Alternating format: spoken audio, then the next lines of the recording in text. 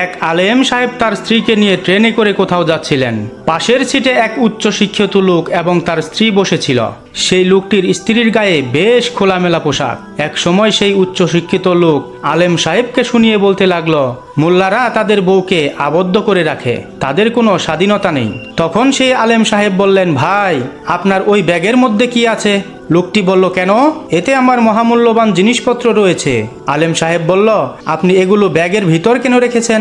লোকটি বলল, চোর এবং খারাপ লোকদের হাত থেকে বাঁচার জন্য এগুলো লুকিয়ে রেখেছি। তখন আলেম সাহেব বলল, আমি আমার বউকে ঠিক এভাবেই যত্নে লুকিয়ে রেখেছি, যাতে তার দিকে যেন কোনো খারাপ মানুষের নজর না পড়ে। কারণ আমার কাছে আমার স্ত্রী টাকা পয়সার চেয়েও বেশি মূল্যবান, আর আপনার কাছে আপনার স্ত্রী ধন সম্পদের চেয়ে বেশি মূল্যবান নয়। তাই তো আপনি আপনার টাকা পয়সা যত্নে লুকিয়ে রেখেছেন আর নিজের স্ত্রীকে রেখেছেন খোলামেলা।